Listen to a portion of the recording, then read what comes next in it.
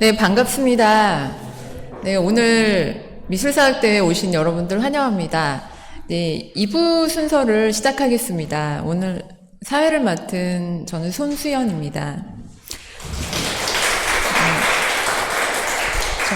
저는 이제 홍익대학교에서 사형미술사, 근세미술사 강의를 하고 있고요. 네, 오늘 이렇게 사회를 맡게 돼서 너무 영광입니다. 그리고 또 오랜만에 이렇게 또 비대면과 대면으로 여러분들 만나 뵙게 돼서 너무나 기쁘고요.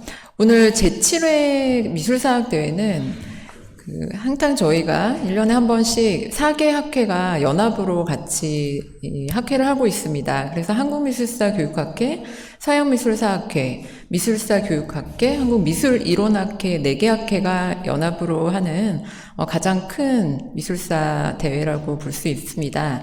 그래서 오늘은 미술사교육학회 주관으로 지금 동국대학교에서 이렇게 같이 모여서 학회를 하고 있고요. 오늘의 주제는 재난 극복의 미술사입니다. 그래서 다양한 주제로 선생님들의 논문 발표를 듣고 오늘 오전부터 이렇게 듣고 있는데요. 오전에 1부에서는 저희가 3개의 논문을 발표를 들었고, 2부 순서는 3개의 발표를 듣고 휴식 시간을 가지신 다음에 3부에 2개 발표를 들으시고 또 각 학회 회장님들의 총평을 듣는 시간을 갖는 순서로 2부와 3부 오후 순서를 진행하도록 하겠습니다. 네.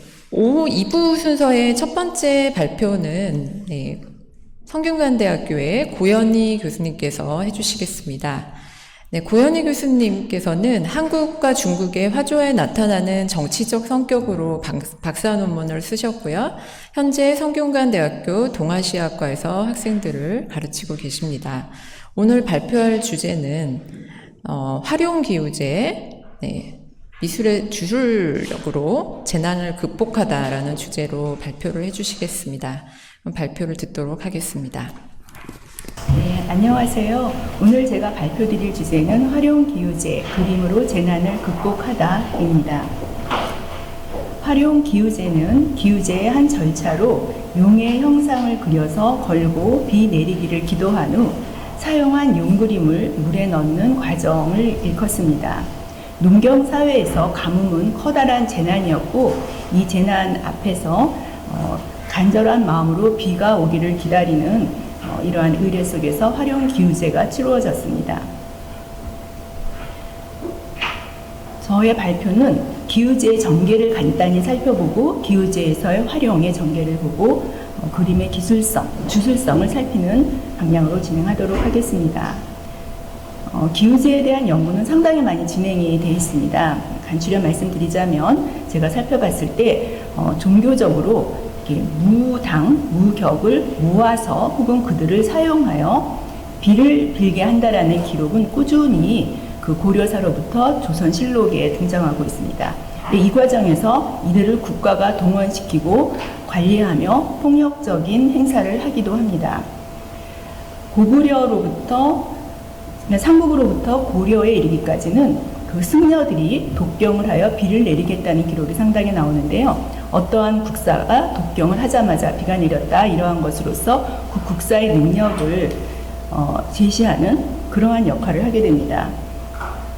혹은 2세기 기록에 보면은 그러니까 왕실에서 향을 받아다 사찰로 옮겨는 그 행향사, 즉 네 번째 줄에 나오는 이 행향사의 정성에 따라서 그 기우제의 승패가 갈린다, 국가의 행불행이 나뉜다라고 사람들이 말할 정도로 이 불교적인 절차 또 불력에 대한 기대는 상당히 컸습니다. 말하자면 삼국으로부터 고려에 걸쳐서 기우제는 불교 선교의 효과를 가졌고 호국불교의 권위를 세워주는 역할을 했다라는 측면에서 정치적 속성을 살펴볼 수 있습니다. 그러나 조선시대에 들어서는 곧바로 다른 담론들이 펼쳐지는데요. 태종은 일단 행향사회를 금지시키는 이러한 어명을 내리기도 하고 또 불력이 정말 효과적인가? 고려시대 어떤 스님 같은 스님이 없는데 이게 기우제의 불력을 발휘할 수 있을까라는 그런 의심의 표명이 실록에 이렇게 적혀 있습니다. 그래서 억불 정책이 반영되고 있는 것을 쉽게 읽을 수 있습니다. 말하자면 기우제는 이렇게 종교적인 속성과 정치적인 속성이 복잡하게 얽히면서 진행이 됐고요. 자, 종교적인 의례와 정치적 행사로서의 성격을 가지고 있었다라고 말씀드릴 수 있습니다. 특히 정치적으로는 이제 국행 기우제와 민간 기우제로 크게 이제 기우제를 연구하시는 분들이 나누어 설명을 하는데요. 특히 국행 기우제의 경우에는 기우제의 모든 절차를 왕실에서 판단하고 지휘하게 됩니다. 또한 최고 지도자인 왕은 스스로 자책의 문을 적어 올리고 스스로 일상의 불편을 감수하는 그런 대국민적 태도를 보여주게 되고요. 백성에게는 각종 금기를 요구하고 또 백성들에게 고율과 사면의 혜택을 베푸는 이런 복지책을 같이 병행합니다. 한편 경제적으로 시장을 옮긴다는 걸 저는 이제 이번에 연구하면 처음 봤는데요. 이거는 아주 고대로부터 조선에 이르기까지 시장을 옮겨서 경제활동 자체를 규제하는 이런 것들이 기우제에서 실시되고 있습니다. 정치적인 행사 혹은 종교적인 의례에서 시청광물을 사용하는 효과에 대해서는 상당히 많은 연구들이 있기 때문에 여기서는 생략하겠습니다. 바로 이러한 의례와 행사에서 시강물이 활용되는데 그 시강물은 대체로 토룡, 화룡 혹은 풀로 만드는 초룡, 추룡 거기에 용을 자극하는 요소로서 호랑이를 이렇게 사용을 합니다. 그럼 왜 용을 사용하느냐 하면은 이게 지금 왕충 한나라 후한시대 왕충의 농영에 나오는 기절이고 또 이 또한 기우제를 논할 때 가장 그 중요하게 여기는 기절 중에 하나입니다. 자, 용을 그리기를 좋아했다. 근데 용이 진룡이 내려왔다. 대개 용은 운우와 동기라. 이건 이제 주역에 관계하는 기절인데요. 그러니 용을 그려서 운우를 왜 부르지 못하겠는가라는 논리입니다. 이러한 논리는 그대로 불경에도 나오고 또 조선시대 내내 승왕된 주자의 주자 어류에도 용이 움직여야 비가 따라 내린다라는 귀절이 이렇게 적혀 있습니다. 기우제에서 화룡은 그럼 어떻게 전개되었는지 보도록 하겠습니다. 화룡에 대한 최초의 구절은 그 삼국사기에 나옵니다. 그러니까 신라 시대부터 화룡이 있었고 또 토룡이 이제 화룡 못지않게 혹은 화룡보다도 중요했던 그러한 조형물이었습니다. 토룡은 이제 흙으로 만든 용이 되겠는데요.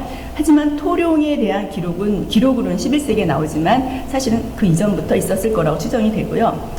그럼 화룡이 어떻게 그려졌는가 뭐 알 수는 없는데요.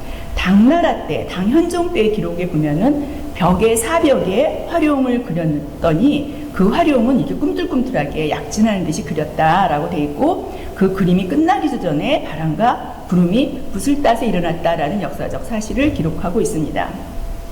유사함을 이제 뭐 추정이죠. 알 수는 없고요. 고려시대 고려사를 통해서 화룡과 토룡을 살펴보면은 이렇게 토룡이 더 우선적으로 이제 기우제에 사용이 되고 지금 여러분들 보시는 넷째 줄에 민가에서 용을 그려 또 그 다음 줄에 유사에게 명하여 용을 그려 비를 빌게 했다는 내용이 나오는데요. 이거를 통해서 고려시대의 화룡이 어떠하였는지 우리가 알기는 어려운데요. 불교 쪽에서 기우제를 연구하시는 분들의 논문을 보면은 그 불교 기우제에서 운우경이 강설되었다라고 하면서 운우경의 내용이 이렇게 소개가 됩니다. 근데 그 운우경의 내용 속에 보면은 사방에 소똥으로 용의 형상을 그린다라는 표현이 나오고 있어요. 그래서 화룡이 반드시 종이의 비단에 그리는 것이 아닐 가능성도 있고 토룡과 화룡은 상당히 혼용된 형태일 수도 있겠구나라는 추정을 가능하게 하지만 이것도 역시 단정할 수는 없는 내용입니다. 고려시대 동경에 동경을 기우제에 쓰기도 했다는 기록이 이제 연구가 돼 있는데요. 밑에 보면 향이 있고 용이 머리를 아래로 하고 이렇게 위로 몸을 올린 이 용, 쌍용이 문양에 새겨져 있어서 이제 고려시대 용의 이미지를 볼 수 있고 행향사의 역할 이런 것들이 같이 반영된 것임을 추정해 볼 수 있는 이미지입니다. 조선시대로 넘어가 보겠습니다. 제가 여러분들 다 연구를 그렇게 하시겠지만 왕조실록에 들어가서 화룡을 검색하면 이렇게 많은 그 화룡의 그 내용이 뜨고 그 중에서 물론 훨씬 많습니다. 뭐 활용준 이런 것도 있으니까 이제 그 중에서 기후제에 관련된 활용만 추려내면은 이렇게 기록이 나오는데요. 이거는 활용이란 단어를 검색했던 것뿐이기 때문에 사실은 더 많은 기록이 있을 겁니다. 근데 이제 흥미로운 것은 태종 연간에 지속적으로 양진에서 활용제를 베풀었다, 저자도에서 활용제를 베풀었다 하고 1415년 태종이 이제부터 활용기후는 송조 경덕 3년에 반행한 법식에 의하여 행하라라고 지시를 합니다. 이 내용도 기후제를 연구하시는 분들에게 상당히 이렇게 중시되는 내용입니다. 좀 더 기록을 찾아보면요. 그 다음 세종연간에 지속적으로 활용기후제를 지냈다라는 6글자가 이렇게 기록이 되고 있는 걸 미루어서 그 태종의 엄명에 의해서 활용기후제 송조년간에 그런 활용기후제가 지내졌던 걸 볼 수가 있고요. 정확하게는 1415년 태종이 송조 경덕 3년의 스타일로 하라라고 했고 흥미롭게도 김종직이 그의 아버지 김숙자께서 1450년 송조 활용기후지법으로 기후제를 지냈더니 지금 이 경우에는 국가에서 행하는 것은 아니죠. 지냈더니 비가 내려서 백성들이 칭송하였다라는 기록을 남기고 있습니다. 중간에 세종대에 그 기록이 있었고요. 이걸 보아서 15세기 전반기에는 활용기후법, 송조 경덕 3년식 활용기후법이 추려졌다는 걸 알 수 있습니다. 확인할 수 있는 바고요. 이건 굉장히 그 유명한 기록인데 송사의 경덕 3년에 어떻게 기후제를 지냈는지 구체적으로 기록이 되어 있습니다. 보시면 제단은 어떠한 크기로 어떻게 쌓았고 또 거기 흰 배탕에 물고기도 그리고 백룡의 검은 구름을 토하는 것을 그리고 또 그 밑에는 거북도 그리고요. 그 백룡은 금은과 주단으로 장식을 했다. 그 마지막에 활용은 거두어 물에 던진다라는 그 법식이 있습니다. 몇 년 전에 그 제니퍼 포틀 교수가 이 송조 활용제에 대해서 각별히 연구를 했는데요. 그 이제 이 기록을 가지고 그림으로 그렸습니다. 본인이 그린 게 아니고 이제 논문에 보니까 누구를 통해서 그리게 했다는데 딱 맞지는 않아요. 근데 여러분들 이제 보시면 좀 도움이 되실지 모르겠어요. 약간 그 제우스 신전처럼 이렇게 그려놨고 서양 학생들이 그린 것 같아요. 근데 오른편의 그림은 상당히 그럴듯하게 그 그림 밑에 거북이 있고 중간에 백룡이 검은 그 연기를 토하는 이런 그림을 그려서 이런 류의 그림이었을 것 같다라고 이제 제시를 하고요. 논문에다가 이 책으로 나왔습니다. 그리고 이제 진룡이라는 화가 여러분 많이 아시죠? 용구를 가장 대표적인 화가인데 이 화가가 용을 그리는 그 방식이 도예보감에 실려 있고 이 방식은 밑에 보시면 거의 그 서양식 액션 페인팅의 그런 의례적인 행위라는 측면에서 이 논문은 이 점을 아주 중시하면서 그 활용 기후제에서 이렇게 용을 그렸을 것이다 라고 추정을 하고 뭐 그 이미지와 어떤 과학적인 이해 뭐 이런 거의 관계를 흥미롭게 논리화시켰습니다. 여기서 백룡이 검은 구름을 토한다라는 이 기절은 우리나라에서도 활용이 되었을 거라고 이제 생각이 되는데요.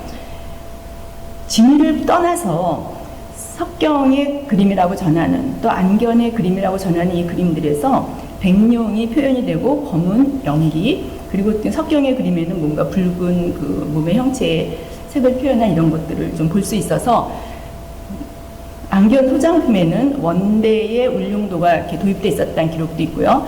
뭐 관련을 가지는 그런 그림들이 제작되었겠구나라는 건 충분히 추정할 수 있습니다. 이런 활용 기후제를 어디서 지냈느냐면 주로 저자도입니다. 기록에서 주로 저자도입니다. 저자도는 지금은 사라진 곳이지만 한강 줄기에 그 저자도가 있을 때 모습이고 이제 이것이 비가 많이 안 내리면 얘가 더 많이 드러나면서 이 저자도에서 간절한 활용 기후제를 지냈던 것으로 추정을 해볼 수 있고요. 그럼 토룡제는 어떻게 됐는가 궁금하실 수 있겠는데요. 토룡제도 계속 지내졌습니다. 그리고 특히 조선에서는 오방토룡제라는 명칭으로 이미 세종연간에 태종이 명한 활용 기후제를 지내면서 오방토룡제를 같이 지냈습니다. 제가 이 부분까지는 말씀을 안 드리지만 이거 절차가 있어요. 오방토룡제 먼저 지내고 또 안 내리면 활용제 지고 이런 식으로요. 지금 15세기 1470년 기록에서도 저자도에서 활용 기우제를 지내고 또 이제 오방 토룡제 혹은 사방이라고 적혀 있는 이러한 내용을 볼 수 있고요. 그래서 활용과 토룡은 같이 계속 유지가 됐다는 것을 확인을 할 수 있고요. 오방 토룡은 오방색으로 그 5지역의 용을 이제 만들어서 제사를 지내는 형식입니다. 1470년 기록인데요. 이게 성종실록의 이제 기록이고요. 보시면은 오방 토룡제와 활용제를 저자도에서 치러온 이런 절차가 나와 있습니다. 그리고 성현이 이제 같은 시기죠. 1470년 70년대 기록이었고, 이제 이쯤의 기록에서 성현이 정리를 또 합니다. 마찬가지로 오방 토룡제 3번 절차에서 볼 수 있고, 4번째 절차에서 저자도의 용제, 이것이 저자도의 활용제를 뜻하는 것임을 이제 알 수 있습니다.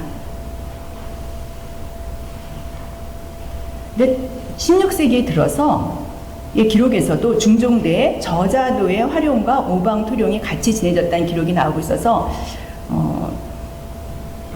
뭔가 태종 때 그 송대식 활용 기우법이 명령이 떨어지면서 오방 토룡제와 함께 일정 기간 유지됐었고, 그것이 16세기까지 유지되었을 가능성도 볼 수 있습니다. 자, 1600년대 활용에 대한 상황이 좀 기록이 한산한데요. 1704년, 즉 18세기 초에 기우제 개정안이 공포됩니다. 이것이 기우제 개정안인데요. 여기 보면은 2번째와 7번째 용산과 저자도에서 뭔가를 하죠. 그 다음에 12번째 오방 토룡제를 지냅니다. 오방 토룡제가 좀 밑으로 밀려 있는 걸 볼 수가 있습니다. 그리고 주목할 기록이 1798년 정조대 기록인데요. 정조대 기록 1798년 5월의 기록이 2번 기록이 됩니다. 일성록에서 기록이 되고 정조실록에서 기록이 되는데요. 이 일성록의 기록이 좀 재미있습니다. 여기 보면은 청룡과 백룡 2마리 용을 그려서 용산에서는 백룡, 저자도에서는 청룡을 그린다라는 기록이 있습니다.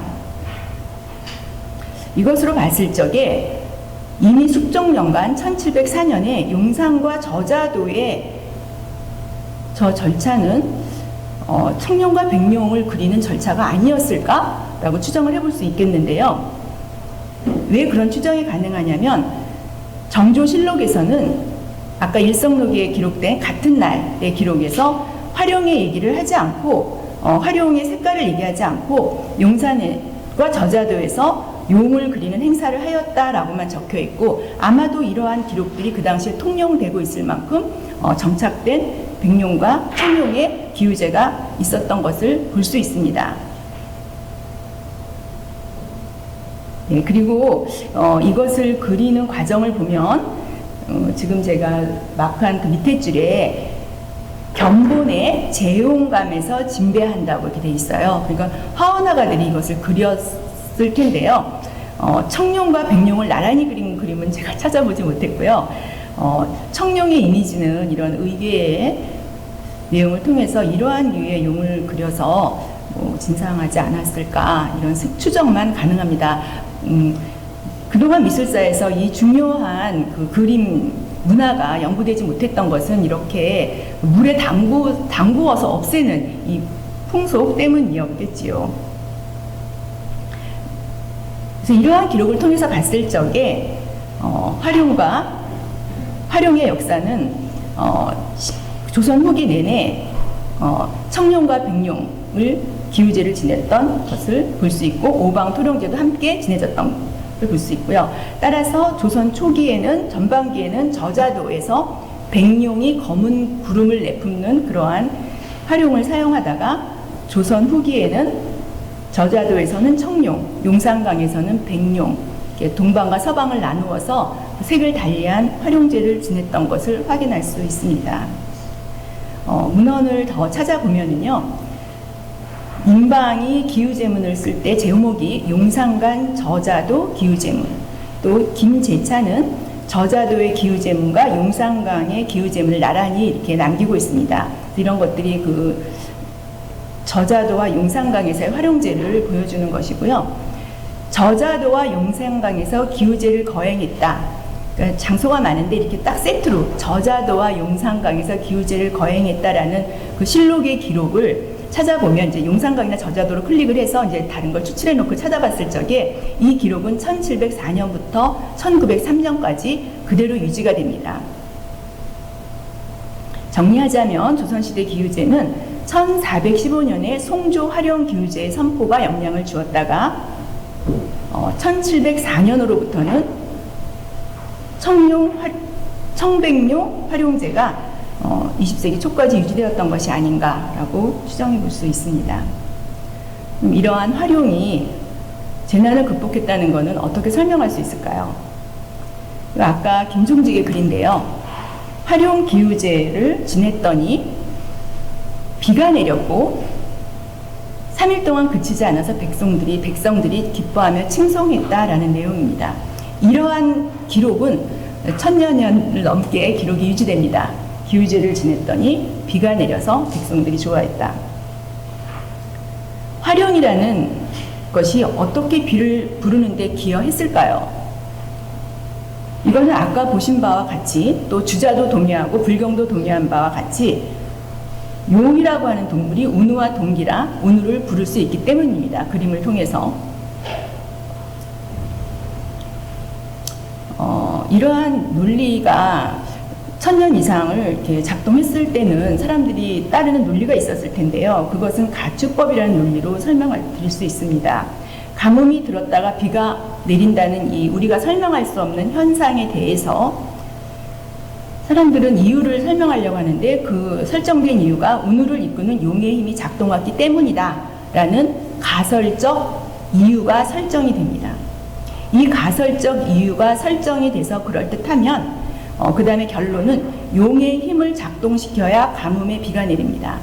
또 용의 힘이 작동하지 않으면 가뭄에 비가 내릴 수 없습니다. 이것은 지금 제가 밑에 액덕션이라고 적어놨는데요. 여러분들 잘 아시는 인덕션과 디덕션 위에 이제 액덕션입니다. 바로 이러한 논리 구조인데요. 이러한 논리 구조라면 여러분들이 생각하시는 모든 그림의 주술성이 이렇게 설명될 수 있겠구나라고 대번에 판단하실 수 있다고 생각이 듭니다. 이거는 저의 이론이 아니고요. 원래는 퍼스라는 그 미국의 물리학자가 제시한 이론인데 그가 죽은 지 오랜 뒤에 움베르토 에코가 이 가축법 앱덕션의 효용성, 그래서 이 가축법을 통해서 모든 창의적 추론과 논리화가 가능하고 인간의 예술 창작과 과학 발전에 또 탐정이 그 범인을 찾아 나가는 과정 이런 것 속에서 이 가축법이 없이는 불가능하다라고 하면서 가축법의 가치를 부각하면서 현재 철학계에서는 많은 책들이 나와 있는 상태고요. 이것을 그림과 연관시켜서 이론을 제시한 분은 인류학자인데요. 인류학적 예술론을 쓰신 알프레드 게레 이론입니다. 그래서 이런 이론들을 빌어서 제가 이렇게 설명을 해볼 수 있겠습니다. 또 현대의 관점에서 보더라도 활용제는 재난을 극복하는 데 도움이 되었다고 판단할 수 있습니다. 당시의 종교와 과학적인 수준에서 기우제를 실천하는 것은 적어도 비가 올 때까지 사회를 안정시키고 단합시키는 역할을 할 수 있었기 때문입니다. 시대와 사회에 상응하는 적절한 가축법의 사유와 논리는 문명화 과정에서 중요하게 작동하고 특히 재난 속에서 힘을 발휘할 수 있었다라고 말씀드릴 수 있습니다. 정리하자면 그 기우제의 성격, 그래서 시각물의 효과가 필요했고 그 와중에 활용과 토룡이 병행되었는데 고대시기의 삼국과 고려의 활용과 토룡의 실상은 확인할 수 없지만 조선시대에 들어서 송조 활용 기우법이 조선 전반기에, 조선 후반기에 청백용 활용제가 시행되었다는 것은 확인해 볼 수 있었습니다. 그리고 이렇게 오랫동안 활용제를 실시했던 이유는 그림의 주술성이 가축법의 논리 속에서 실제적이고 현실적인 힘을 발휘할 수 있었기 때문이다 라고 정리해 볼 수 있겠습니다. 감사합니다. 김주현 선생님께서 토론을 해주시도록 하겠습니다. 김주현 선생님 나와주시고요. 김주현 선생님께서는 유아여대 가물과 학예연구원으로 재직하고 계시고요. 동아시아의 동중물들, 동중물의 물들과 12장에 관련된 저술을 하셨고, 또 책거리, 식품 정품 연구라는 논문을 출판하셨습니다. 오늘 유해 선생님 말씀드려서 설명해 주시겠습니다. 안녕하세요. 방금 소개받은 유아여자대학교 박물관의 김주영입니다. 발표 잘 들었습니다. 토론문을 읽으면서 질의를 진행하도록 하겠습니다. 본 발표는 전 근대기 농경사회에서 가뭄이라는 재난에 대응하였던 기후제의 일부 절차인 활용기후제의 측면을 고려와 조선시대를 중심으로 살펴본 연구입니다. 기후제는 농경사회에서 중요한 의례이자 행사로 공동체 전체의 사회적 소통을 배경으로 하고 있습니다. 지금까지 한국의 전통사회에서 행해진 기후제에 대하여는 철학, 종교학, 정치학, 민속학 등에서 어느 정도 선행의 연구가 이루어졌으며 그 안에서 부분적으로 용의 형상화가 이루어진 토룡과 활용을 다루고 있습니다. 기후제에서 상상의 동물인 용의 형상이 가시적으로 조형화된 것은 고대 중국에 기원을 두고 있습니다. 흙으로 용을 만들어 치러진 토룡기후제와 용을 그린 그림을 사용한 활용기후제는 미술사의 영역에서 다루는 공예적, 회화적 특성을 가지고 있어서 연구할 만한 가치가 있습니다. 그러나 본 연구의 주제인 활용기후제는 용의 형상을 그려서 걸고 비 내리기를 기도한 후 사용한 용 그림을 불에 태우고 물에 넣는 그런 과정으로 이루어졌기 때문에 그 사용된 용 그림이 전해질 수가 없는 상황입니다. 이러한 한계를 지니고 있기에 발표자는 기후제에 관련된 문헌 기록을 조사하는 방법으로 활용 제작의 양태와 변화상을 추적하였고, 이를 통해서 용 그림의 양식적 특징과 더불어 가뭄이라는 재난 속에서 그림이 담당한 능력, 즉 주술력의 의미도 함께 짚어보았습니다. 한국의 활용기후를 좀 더 세세하게 다룬 의미 있는 연구라고 생각하며 몇 가지 질문과 제언을 드리고자 합니다. 첫째, 발표자는 고려에 이어 조선시대에도 활용과 토룡은 모두 기후제에서 중시되었으며 조선의 활용은 토룡의 전통을 기반으로 하는 양상이 나타나는 것으로 보고 있습니다. 그리고 중국 문헌들에 나타난 조토룡의 사례를 설명하였습니다. 이 논고에 소개된 산해경의 음용은 큰 비가 내리게 하는 날개 달린 용으로 주로 해석되고 있습니다. 주석을 단 곽박은 한대에 통용되던 토롱이 바로 이 음용의 형상에서 비롯된 것으로 논하고 있습니다. 그런데 발표자는 같은 구절을 용에 상응하는 형상으로 해석하였습니다. 음용은 토롱의 형상을 유추할 수 있는 중요한 단서 같은데 용에 상응하는 형상으로 해석한 의도가 있으시다면 설명해 주시면 좋겠고, 더불어 중국의 경우 후대 기후제에 사용된 토룡이나 활용 가운데 날개가 달린 음용으로 제작된 기록이 있는지 보충해 주시면 좋겠습니다. 둘째, 이미 기존의 기후제 연구에서 소개된 15세기 초 태종의 송조 활용 기후의 형식을 채택한 기록을 통해서 당시 용 그림은 흑백 위주의 색조이며, 여러분 발표에서 들으셨다시피 흑백 위주의 색조이고, 이 위에 이제 금은과 주단으로 용을 장식했음이 알려져 있습니다. 발표자는 정조실록과 일성록의 1798년 5월 22일의 기사를 통해서 18세기의 활용제에는 청룡과 백룡이 그려진 변화를 언급하였고, 또 1704년 숙종대의 용산관과 저자도에서 의뢰가 이루어진 기록을 통해서 청백룡을 그리는 활용제의 전통이 적어도 18세기 이전부터 조선 후기 내내 지속되었을 것으로 추정하였습니다. 이와 더불어 1788년 유희양이 왕명을 받아 이전의 의뢰를 종합하여 편찬한 충관통고 42권 길례편을 보면 기후할 경우 용산강에는 백룡을, 저자도에서는 청룡을 각각 그려서 의뢰를 거행한다라는 기록이 있어서 발표자의 추정을 뒷받침하는 자료라고 생각됩니다. 그래서 추가하시면 좋을 것 같습니다. 이 밖에 기후제 등록에 실린 영조 40년의 기록들, 지금 듣기로는 저자도의 현관이 재단 위에 그려진 용신이 거꾸로 걸려 있다고 생각하여 이를 의아하게 생각하고 증언하였지만 모두가 전례가 다 이와 같다고 하였다라는 기록이 있고요. 그 기록 말미에 차후에는 날아오르는 용의 그림으로 거는 일을 정식으로 시행하라 라고 되어 있습니다. 그리고 또 다른 기록에서도 이에 날아오르는 용으로 거행하라고 일찍이 하교하였던 것이다 라는 기록들이 있습니다. 이러한 기록들에서는 그림을 거는 방식의 변화가 보여서 논거와 함께 다루면 좋을 것 같습니다. 청룡과 백룡으로의 전환, 그리고 용신을 거꾸로 거는 전례에서 벗어나 날아오르는 승룡의 형태로 그림을 거는 변화의 배경은 무엇이었을지 선생님의 견해를 듣고 싶습니다. 그리고 마지막으로 발표자는 활용의 주술성 원리와 이를 수용하여 오랜 기간 논의하고 실천한 기우제의 속성에 비추어서 가축법의 논리 과정 속에서 활용은 가뭄이란 지난한 재난의 극복에 기여한 그림이라고 결론을 지었습니다. 그러나 비를 내려 나라를 안정시키려는 정책적 의도에서 행해진 기우제와 가축법적 논리가 서로 모순을 일으킬 수도 있다고 생각합니다. 이 점에 대해서 견해를 좀 더 설명해 주셨으면 좋겠고요. 또한 그림의 주술성에 대한 가축법적 사례는 활용에 그치지 않는다고 하였는데 다른 사례도 이러한 논리의 틀에서 함께 설명해 주시면 감사하겠습니다. 이상으로 질의를 마치겠습니다.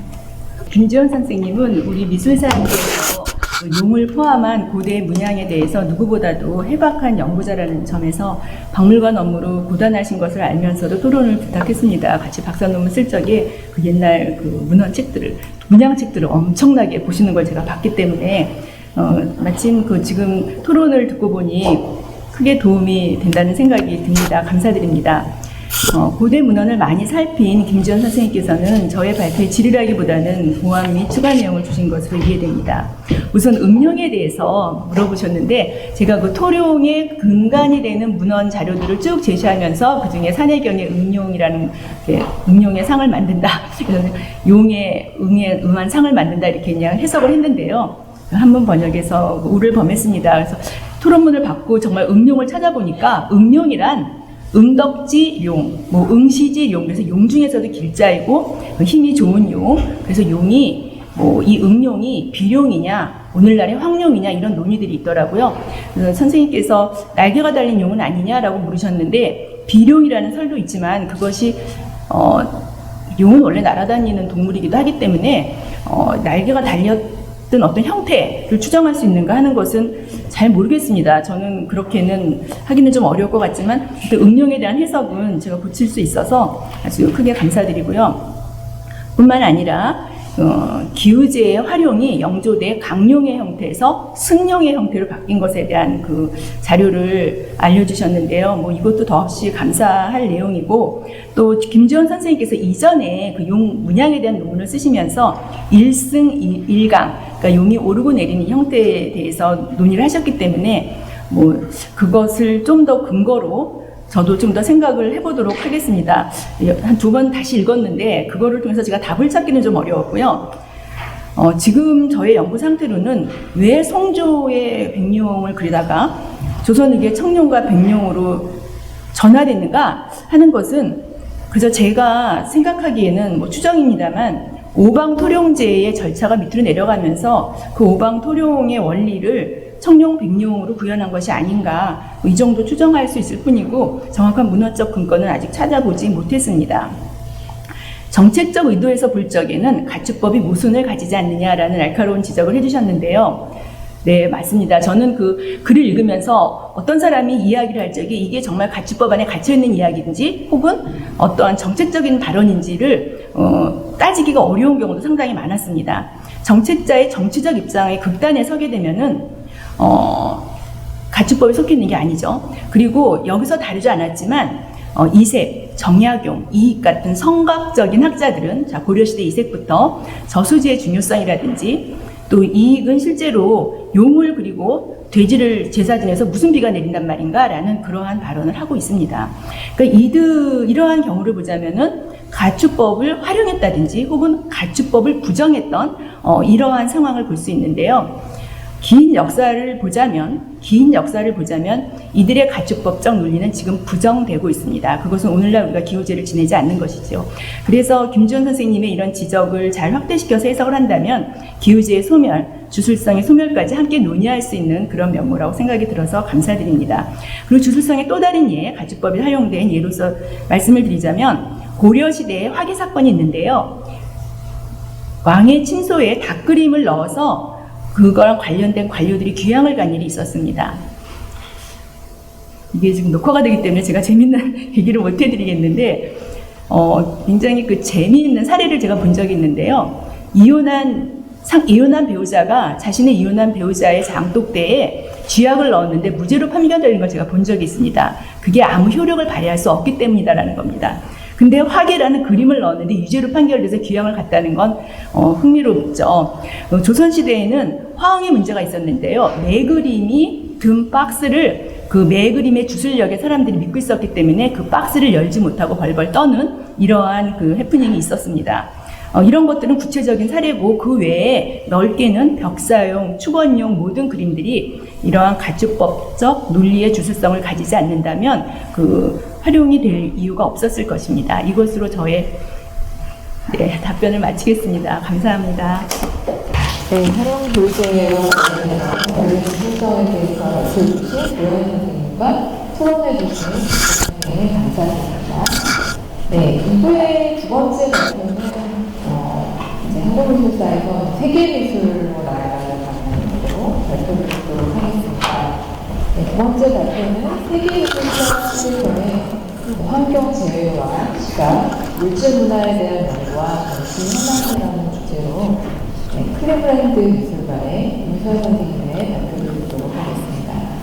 2015년부터 클리브랜드 미술관에서 한국미술 담당 학예사로 재직하고 계십니다. 논문으로 소비상들 맥락에서 18세기 경직도 이미지 다시 읽기, 아니면 감소의 정치와 환경적 재난과 18세기 조선의 시각문화 같은 논문을 쓰셨고요. 또 물질성의 해석이라든지 환경과는 한국의 자수미술 등의 전시를 기획하였습니다. 발표 드리도록 하겠습니다. 안녕하세요. 저는 클리브랜드 미술관 한국 미술을 담당하고 있는 임수아입니다. 저는 한국 학회에서 처음 발표해서 지금 좀 많이 떨리고요. 선생님들도 오랜만에 뵌 선생님들 계시고 제가 모르는 선생님들 계셔서 정말 반갑습니다.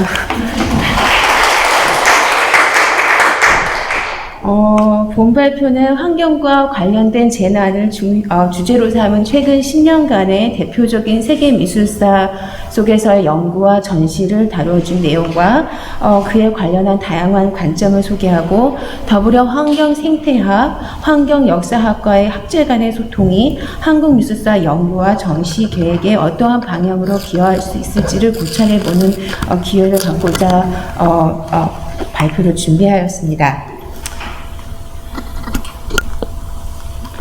생태 환경 위기의 시대 속에서 미술과 역사가 갖고 있는 위치를 고찰하는 대주제를 통사적으로 다룬 연구서는 2018년 5월 윌리엄스 대학의 클락 인스티튜트에서 열린 생태 인류 그리고 지구라는 학회가 열린 후에 출판된 논문집이 대표적입니다. 왼쪽에 보시는 화면에서 그 책 표지를 보실 수 있고요. 이 학회의 논문집에는 미술사 사학자, 현대미술 작가, 그리고 환경학자들이 참여했고, 생태라는 단어를 미술 작품과 미술사 담론의 물질적, 사회적, 생태학적을 살펴봄으로써 미술품이 곧 생태로 정의하며, 그와 관련된 생산, 소비의 그런 관계성을 고찰하는 학회였고, 그 논문들이 실려져 있습니다. 또 다른 학회는 같은 해 12월에 열린 프린스턴 대학이 주최한 생태학, 행정학적 관점에서의 미술과 비평이라는 학회가 있었고요.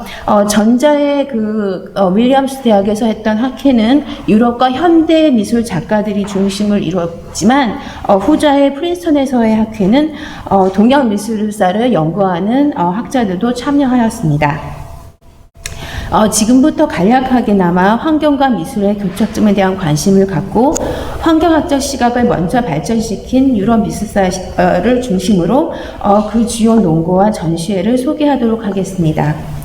유럽 미술사에서 환경재해와 기후변화에 관련된 주목되는 주제는 소빙하기에 회화 작품에 재현된 자연, 풍경의 모습입니다.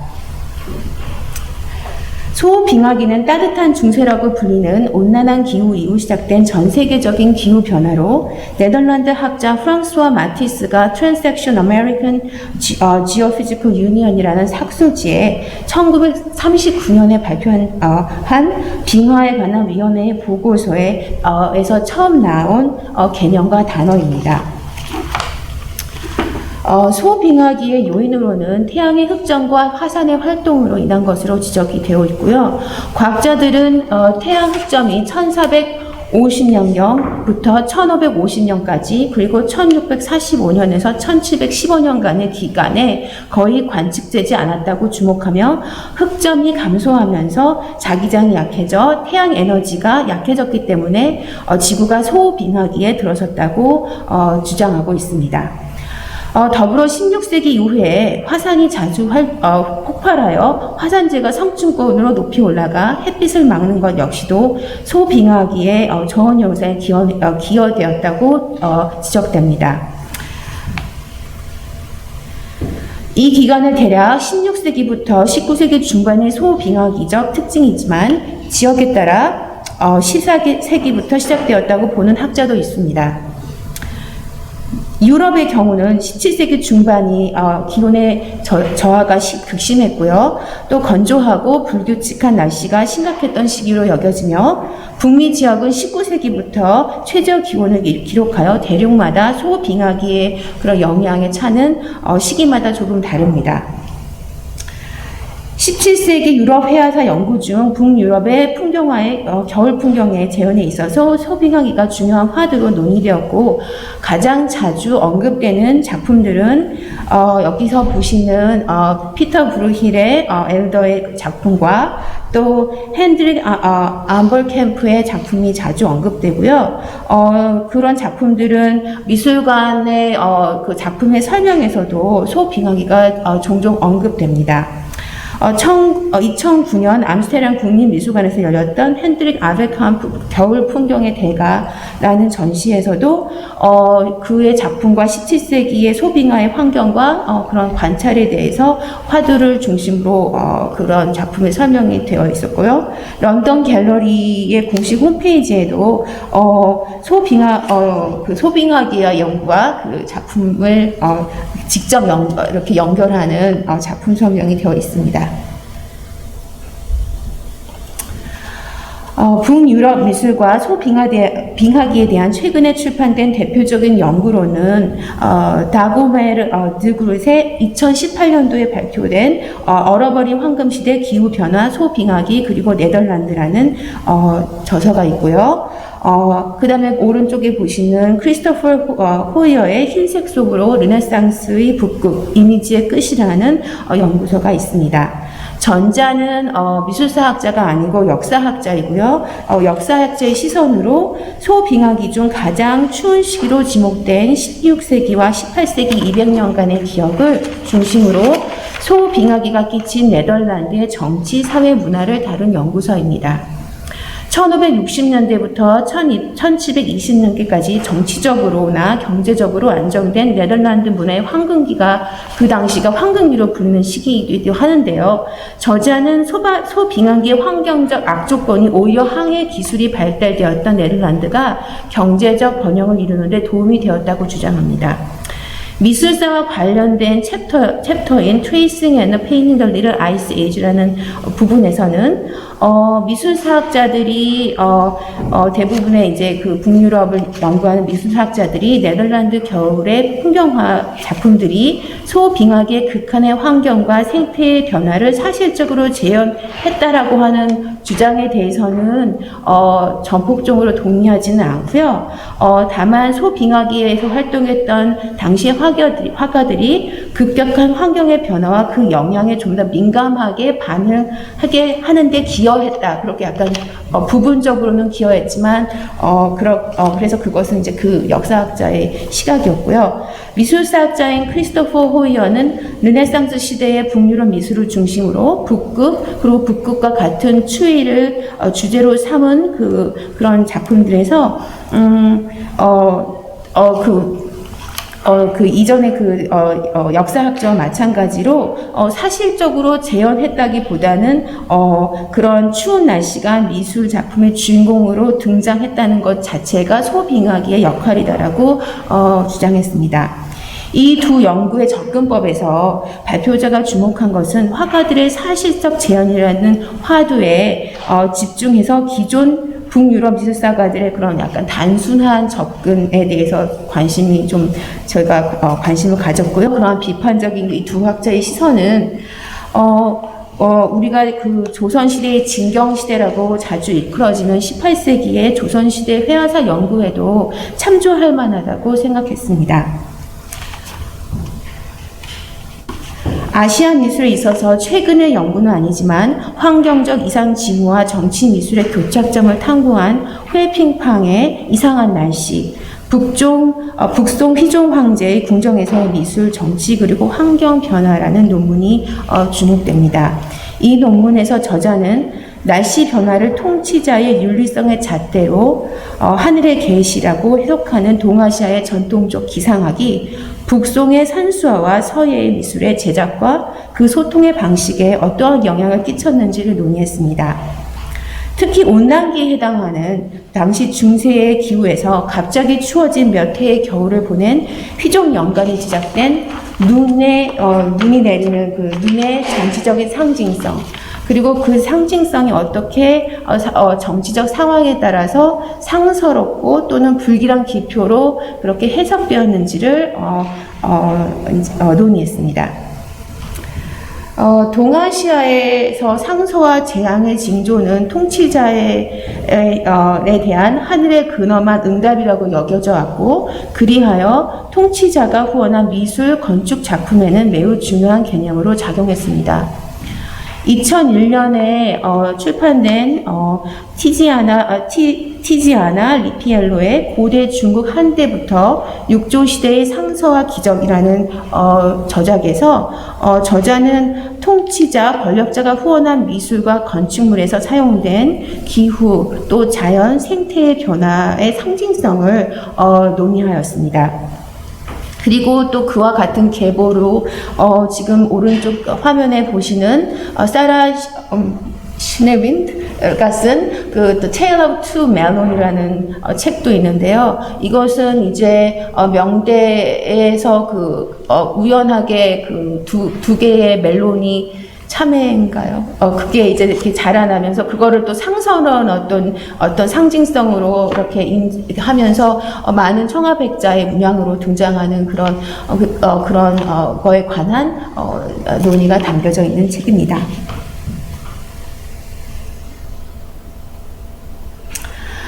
최근의 학회와 저작에서는 2016년 전미술사학과 학회 CA에서 동양미술 부분에서 열렸던 패널에서 발표했던 논문을 모은 아시아 환경과 미술사 Eco Art History in East and Southeast Asian Art라는 책이 있는데요. 이 논문집에는 7개의 논문이 실려 있고 그 중에 소냐 리는 사청성 남칸 석굴이 2011년도 유네스코 사이트로 이렇게 결정되기 위해서 지역 그런 정부하고 단체들이 이제 어떻게 이 석굴을 이렇게 보존하고 또 보존하면서 훼손하면서 그러면서 그 당시에 사회 정치적 생태에 대해서 논의를 했고요. 더닌이라는 또 교수는 뉴욕에서 활동하는 중국 태생의 작가 장홍토의 그런 작품을 논의하면서 그 인간에 의해서 domesticated된 아주 사육된 그런 자연에 대해서 논의했고, 우리가 그런 이전에 그런 북송의 산수나 이 고대 산수를 얘기할 때 사육되지 않은 뭔가 퓨어한 어떤 순수한 산수를 얘기하는데, 사실은 그거는 약간의 미스 같은 얘기이고, 과거에 훼손되지 않은 자연이라는 믿음은 허상이라는 것을 지적하는 논문입니다. 이 또 같은 논문집에는 한국 미술사를 다룬 2개의 논문이 실려 있는데, 하나는 제가 발표한 논문이 실려 있고요. 그 논문은 소빙하기의 맥락에서 다시 읽은 풍속화의 농사와 양잠의 노동이 실려 있습니다. 환경 생태학적 그 관점을 통해서 18세기 현실의 재현으로만 읽히는 풍속화 속에서의 농사의 노동의 현장을 재해석해야 되지 않을까라고 얘기한 논문이고요. 그 논문은 최근 10년간의 많은 한국의 역사학자들의 연구를 미술사하고 연결해서 그렇게 한번 재현을 해본 논문입니다. 제가 이제 이 논문에서 사용해서 대표적인 그런 학자들의 논문은 김덕진의 2008년에 저서 대기근 조선을 덮다, 또 1997년에 발표된 김성우의 17세기 위기와 숙종대 사회상이라는 두 논문을 주로 참고했고요.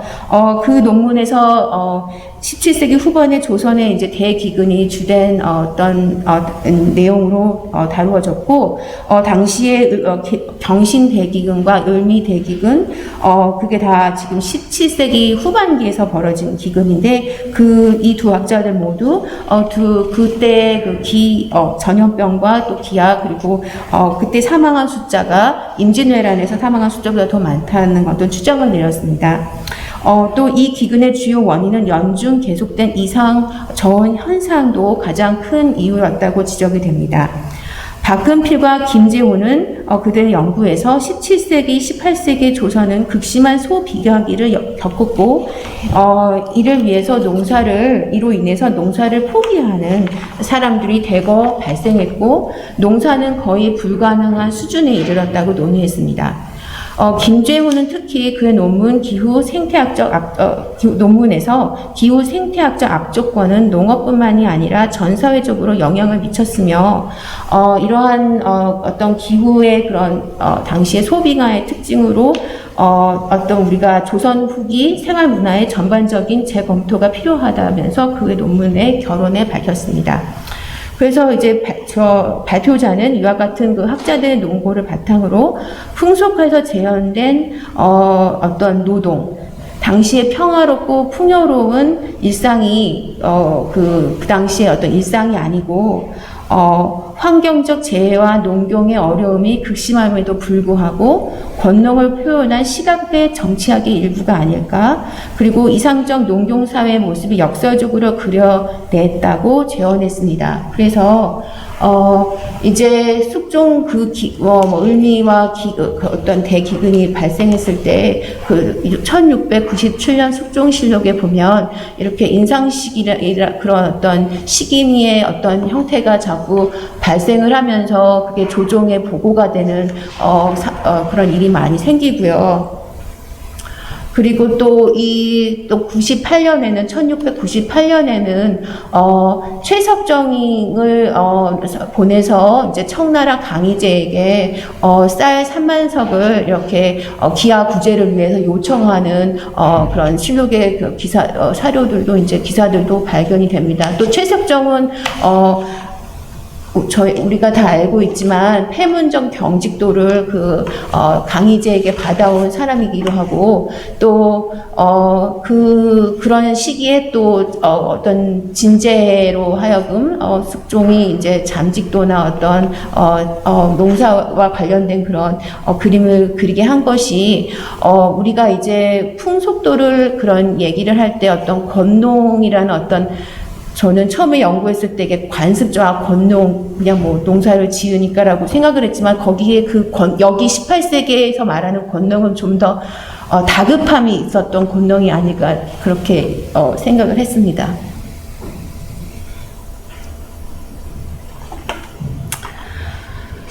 현대 미술과 연구에서 최근 왜 이게 나오지? 네. 잠깐만요. 최근 현대 미술 10년간의 연구에서 일본 미술사의 경우에는 특히 지진과 관련된 미술사 논문이 많이 나왔습니다.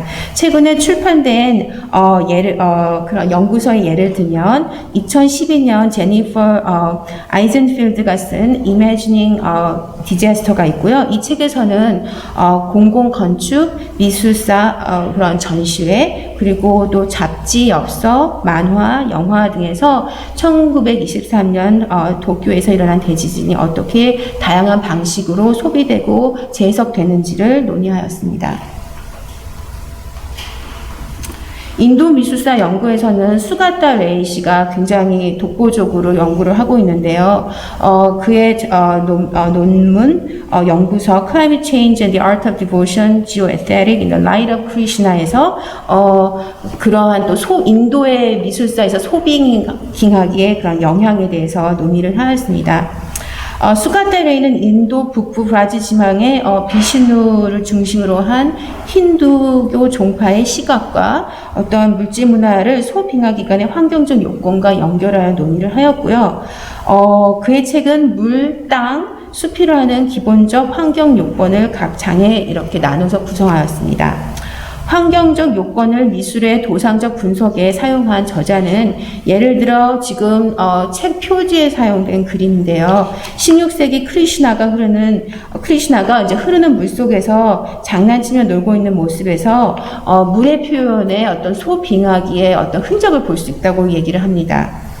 강에 펼쳐지는 흰 물결의 움직임이 흰색의 선으로 자세하게 표현된 재현은 이전 시대에는 볼 수 없었던 표현이며 저자는 소빙하기의 가뭄과 물 부족으로 인해 흐르는 물의 귀중함을 종교화에 그려 넣었다고 주장하였습니다. 종교화에서 등장하는 아름다운 자연의 모습을 단순한 배경으로 이해해서는 안 되며 소빙하기로 인한 자연이 갖고 있는 생명 그리고 또 파멸을 잠재하고 있는 자연의 모순적인 모습을 보아야 한다고 이 저서에서는 이제 주장을 했고요. 또 수가타 레이 씨는 그 게티 인스티튜트에서 열렸던 그 아트 앤 이컬러지라는 그 심포지엄을 열었는데 저도 가려고 했지만 그때 마침 코비드 사태가 일어나서 다 캔슬이 되어가지고 이 학회는 열리진 않았습니다. 현대미술 연구와 전시에서는 최근 10년간 환경적 그리고 인종적 차별에 대한 또 화두에 관한 어떤 연구와 전시가 두드러졌고요. 이 중 가장 주목할 만한 미술사 논문집은 2013년에 출판된 Third Text라는 그 특별호에 실렸고요. 이 특별호에는 현대미술과 환경 생태학의 정치학이라는 주제로 이제 특별호가 나왔고 여기에는 6개의 논문이 실렸습니다. 유럽, 미국, 그리고 중남미, 그리고 동남아시아의 그런 지역과 주제는 모두 다루지만 이 논문집에는 인간 중심주의를 넘어서 탈인간 중심주의라는 그 개념과 그 단어가 많이 등장을 하고 그 개념을 중심으로 많은 논문들이 이제 논조를 이렇게 발전시키고 있습니다.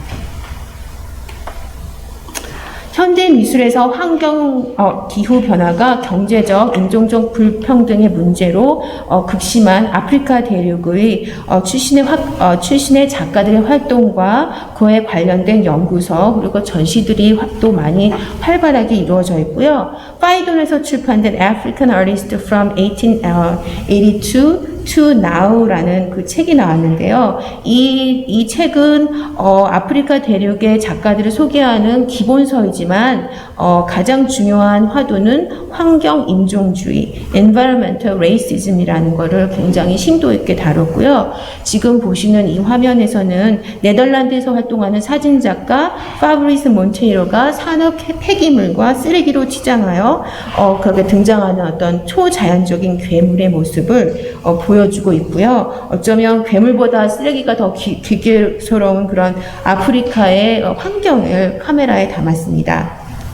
그리고 이와 관련된 주제로 또 워싱턴 DC에 있는 아프리카 국립미술관 2013년도에 열렸던 Earth Matters, Land as a Material and a Metaphor in the Arts of Africa에서 또 비슷한 문제를 더 확대해서 또 다루었고요. 여기에는 아프리카 24개국 40명의 동시대 작가들의 작품들이 포함이 되어 있었습니다. 그 중에서도 나이제리아 출신의 작가가 지금 여기 보여지고 있고요. 이 작가는 플라스틱 병뚜껑, 그다음에 포장지 조각, 철사 조각, 그런 게 또 굉장히 아프리카의 그 쓰레기가 이렇게 수출이 되면서 그런 걸로 지금 아프리카 대륙의 그런 어떤 선진국에서 오는 쓰레기들로 굉장히 환경에 그런 폐해가 심한데 그런 걸 모아서 어떤 나이지리아에서 유명한 그 섬유 공예를 연상시키는 그런 작품으로 쓰레기 재활용된 쓰레기를 이용하여 이렇게 작품을 만들었고요. 현대 동아시아 동아시아 현대 미술에서 환경과 생태학을 다룬 주요 논문집은 2016년 Journal of Contemporary Chinese Art라는 특별호에 실렸는데요. 여기는 차이니스 아트가 아니지만 여기는 특별호에는 Contemporary Arts and Ecology in East Asia의 특별호고요. 여기에 이 특별호를 기획한 홍콩시립대학의 보정과 뉴욕 스토니브룩 대학의 이설 교수는 서론에서 그 탈인간 중심주의적인 그런 철학이 이미 동양의 철학에 있다. 그거를 굉장히 중시하면서 논문을 실었고요. 이설 교수의 논문은 여기 보시는 대성리 야투라는 1980년대 초반에 활동했던 작가들의 를 다룬 또 환경 문제를 주제로 다룬 작가들의 작품을 다뤘고요. 또 김상돈 작가의 장미의 섬 불광동 토템이라는 작품을 다루면서 이 논문에서는 무속신앙에서의 탈이성적인 자연을 탐색의 통로로 연구한 박혜인 논문도 이 특별호에 실려 있습니다. 이제 3분이 남아서 제가 그냥 많이 준비를 했는데 제가 시간 타이밍을 좀 못 맞췄네요. 그래서 지금 다음은 이제 지금 최근에 어떤 전시된 중국 작가들의 현대 중국 작가들의 작품도 많이 지금 전시가 되어 있고요.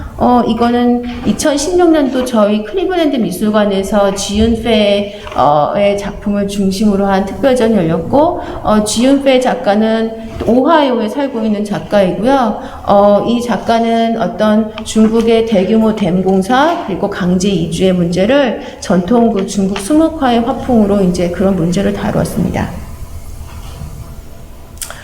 그리고 이거는 이제 그 후쿠시마의 일본 대지진을 다룬 그런 전시를 올해 3월에 열은 작품이고요.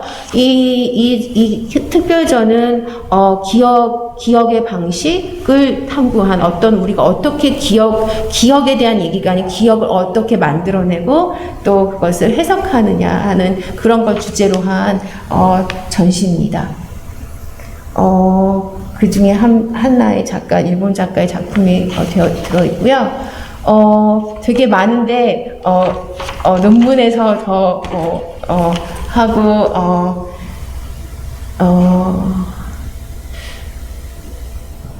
되게 많아서 지금 결말을 낼 수는 없고요.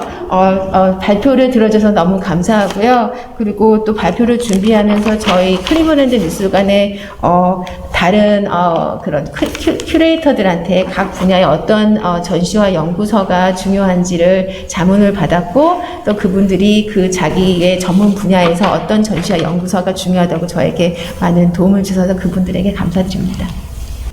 환경재난하고 관련해서 전 세계의 미술사, 시각문화와 물질문화 연구의 현황을 알려주신 임설 선생님께 너무 감사드립니다. 네, 임설 선생님의 논문 발표에 대해서 우리 김수진 평론가님께서 토론을 해주시기 하겠습니다. 김수진 선생님께서는 서울대학교 고공기사과에서 박사를 학위를 받으셨고요. 현재 홍길동대학교 동아시아학술원 초빙 교수로 재직하시면서 동아시아의 문화와 예술을 가르치고 계십니다. 그래서 토론을 드리도록 하겠습니다.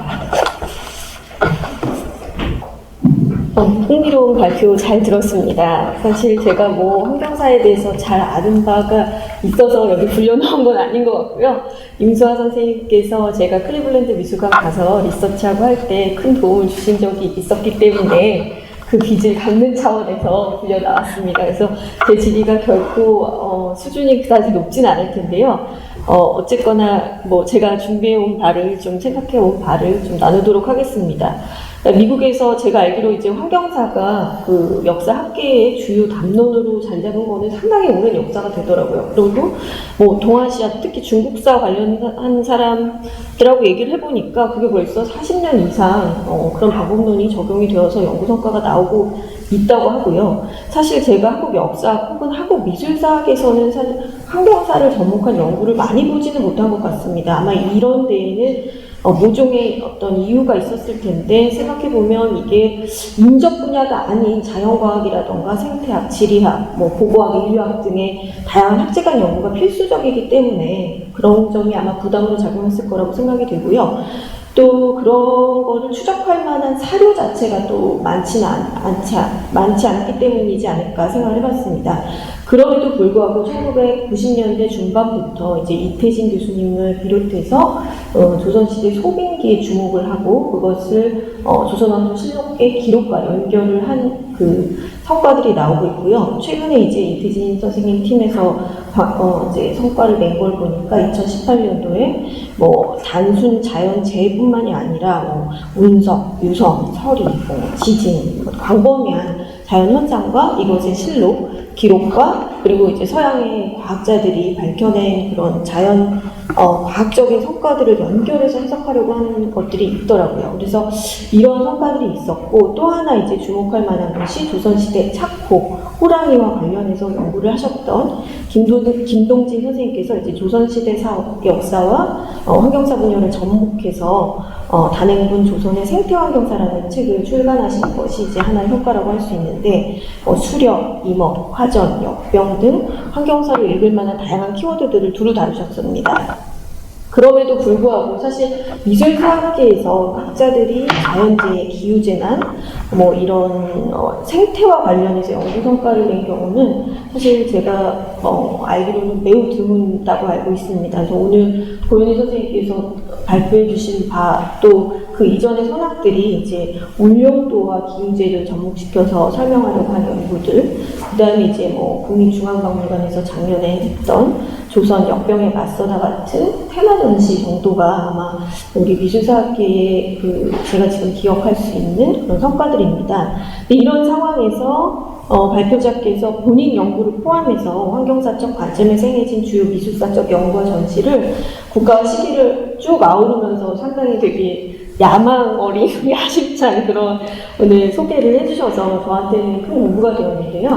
사실 저 개인적으로 이 발표를 들으면서 뭐 특별한 반론이라던가 회의론적인 질문을 제기할 만한 부분은 없었다고 생각됩니다.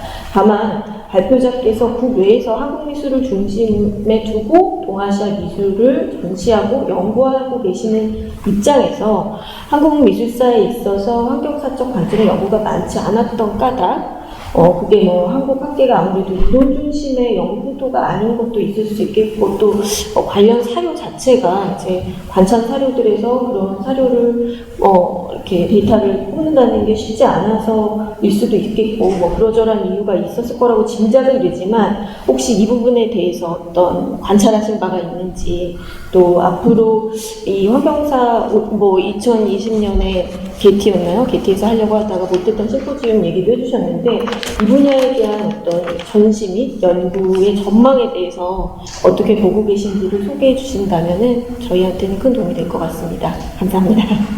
네, 감사합니다, 선생님. 제가 그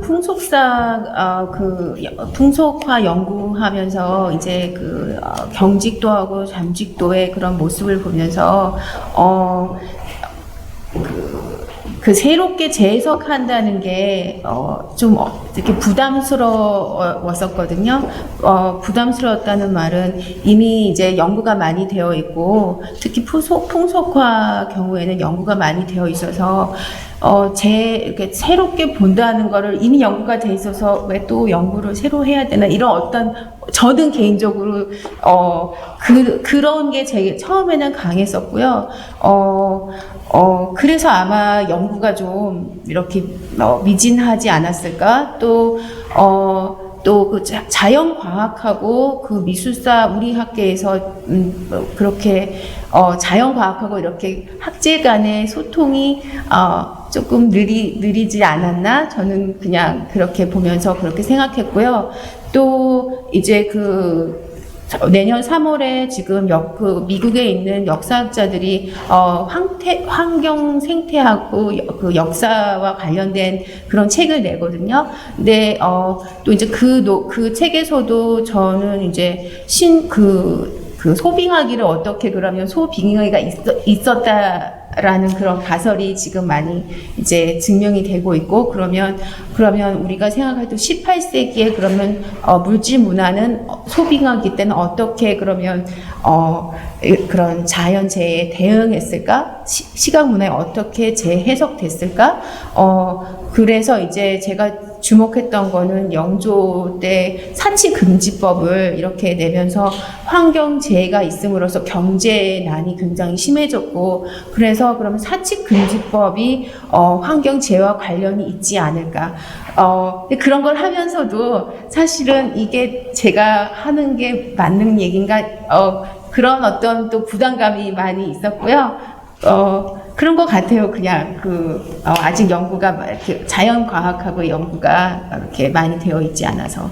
그리고 지금 전시하고 관련해서는 저희 클리블랜드가 3년 전에 환경재해하고 미술사와 관련된 전시를 하려고 그랬었어요. 그랬는데 그게 굉장히 이론적이고 또 그러면 그거를 전시할 때는 시각적인 게 굉장히 또 많이 아름다워야지 더 관객들에게도 좋아할 수 있는데 관장님이 반대를 해서 못하게 됐고요. 그래서 근데 지금 제가 이제 제 논문과 관련해서 환경 미술사와 관련된 학자들이 지금 뉴욕 대학에서 거기 있는 큐레이터가 그 사람은 로마 미술을 전공하고 있는데 어떤 환경 재해를 전세적으로 아우르는 전시를 하면 어떻겠냐. 그래서 지금 좀 얘기를 하고 있는데 그것도 어떻게 될지는 모르겠습니다. 감사합니다. 이것은 어떻게지 인터뷰 선생님 또 표현해 주신 인터뷰 선생님께 감사드립니다. 네, 앞에 두 발표가 환경재해와 관련된 부분이 있는데 이번에 세 번째 발표는 환경이 아니고 전쟁으로 넘어가도록 하겠습니다. 한국전쟁과 관련된 주제로 발표를 듣도록 하겠는데요. 조은정 교수님의 6.25 전쟁과 공단 극복의 미술이라는 제목으로 발표를 듣도록 하겠습니다. 네, 조은정 교수님은 이화여대 대학원에서 박사로 박사학위를 받으셨고요. 네, 주로 탐론과 전시기획 활동을 많이 하고 계시고 현재는 고려대학교 디자인 교육학부 초임 교수로 재직하고 계십니다. 네, 대표적으로는 권력과 미술 논문으로는 표준 영정, 6.25 전쟁기 미술의 조직에 대한 연구를 출판을 하셨습니다. 네, 보도록 하겠습니다. 안녕하십니까. 연구자 조은정입니다. 오늘 제가 발표할 내용은 6.25 전쟁을 재난으로 보고 그것을 극복하는 과정에서 생산된 미술에 대한 해석에 관한 연구입니다.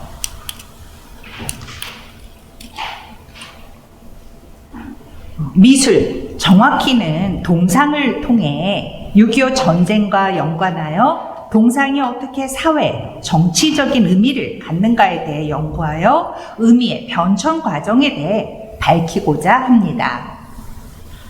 광복과 함께 시청 앞에는 이순신 장군 동상 건립이 이루어지리라 발표되었습니다. 이때 작가는 윤효준이었고요. 정말 선운 줄 알았지만 우리가 아는 것처럼 6.25 전쟁이 발발하였습니다. 그리고 정작 국내 최초로 이순신 장군 동상이 서게 된 것은 진해 해군에서였었습니다.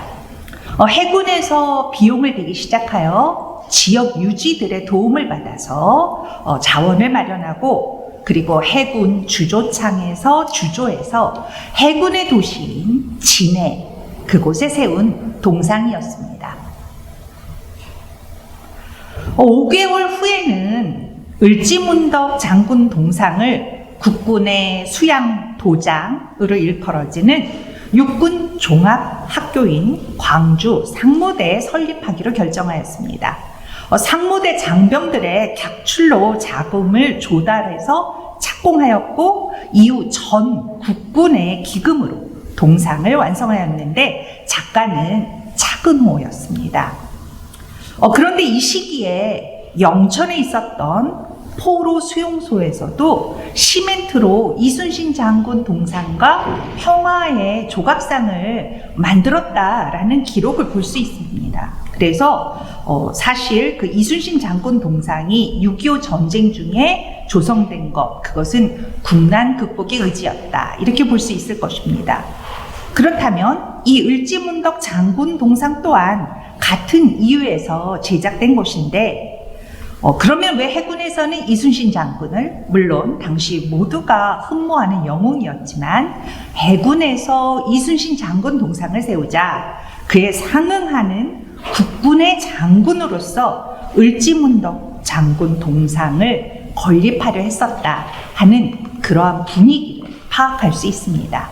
그러니까 군대끼리의 일종의 경쟁 같은 것으로 추론하여 볼 수 있겠죠.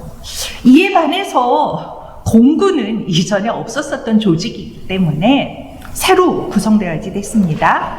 그래서 1953년 7월에서야 동상이 건립될 수 있었는데 당시 이제 미군기를 좀 불화받아가지고 안양에서 적의 탱크를 섬멸하는 그런 작전을 수행하던 중에 안타깝게 산화한 이근철 준장의 동상, 그것을 사천의 공군기지에 세우는 것을 볼 수가 있습니다. 이렇게 해군, 육군, 공군의 동상들이 국난 극복의 의지로 세워진 것을 우리는 확인할 수 있습니다. 그런데 1952년 4월 13일 제막된 충무공 동상 앞에서 충무공 추모제가 진행이 됐었었는데요. 1963년부터는 군항제로 변화한 것을 볼 수가 있습니다. 1962년 이후 아산의 현충사에서만 행사, 그것을 공식화한 것입니다. 따라서 진해에 있었던 그런 충무공 동상, 그것은 그저 축제를 위한 하나의 장소로 작동한 것을 볼 수가 있습니다. 당시 기념식에 참여한 박정희 최고의회 회장은 충무공 정신을 우리 사회에 다시 재현시켜 국가 재건에 총력을 기울일 것을 다 같이 맹세하자라고 하였습니다. 즉 전쟁 중에는 국난 극복의 상징이었는데 5.16 군사정변 이후에는 국난 극복의 어떤 구체적인 공적을 거론하기보다는 추상적인 어떤 정신, 이것이 강조되고 있는 것을 볼 수가 있습니다. 그런데 1968년 애국선열조상위원회가 주축이 되고 박정희 대통령이 헌납하여 건립한 세종로의 이순신 장군 동상 제막식, 거기에서는 조국을 지킨 선열의 얼과 그 정신을 되새기며 민족 중흥의 견의를 다짐하는 행사다라고 소개되고 있는 것을 볼 수가 있습니다.